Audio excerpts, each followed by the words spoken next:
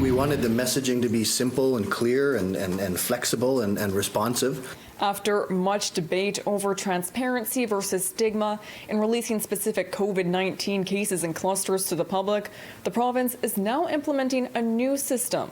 This online tool will use 4 levels of indicators to tell you how much of a risk COVID-19 is in your community, region, or in a specific facility. We need to find ways to continue to live with the virus without widespread shutdowns.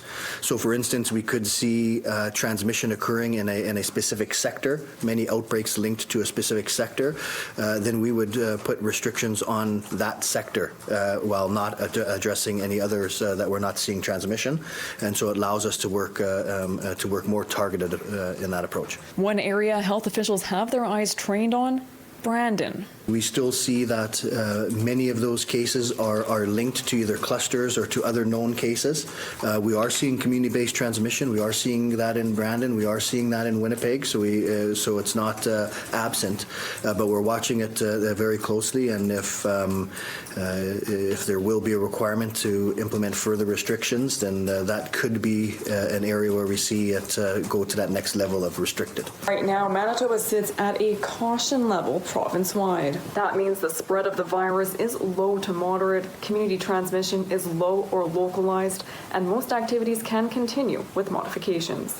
As the level goes up, so do the range of responses, but public health still has leeway in re-implementing restrictions. We could see travel restrictions within certain parts of the province, though they haven't decided yet how they'll enforce that. As for what threshold would cause a jump from caution to restricted, for example, there are no set numbers.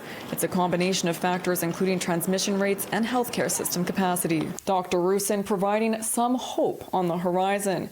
He says we will get to this green level eventually. That would mean an effective treatment or vaccine would be available. But in the meantime, he says we need to learn to live with the virus, getting back to the fundamentals in this new normal. In Winnipeg, Stephanie Lasuc, City News.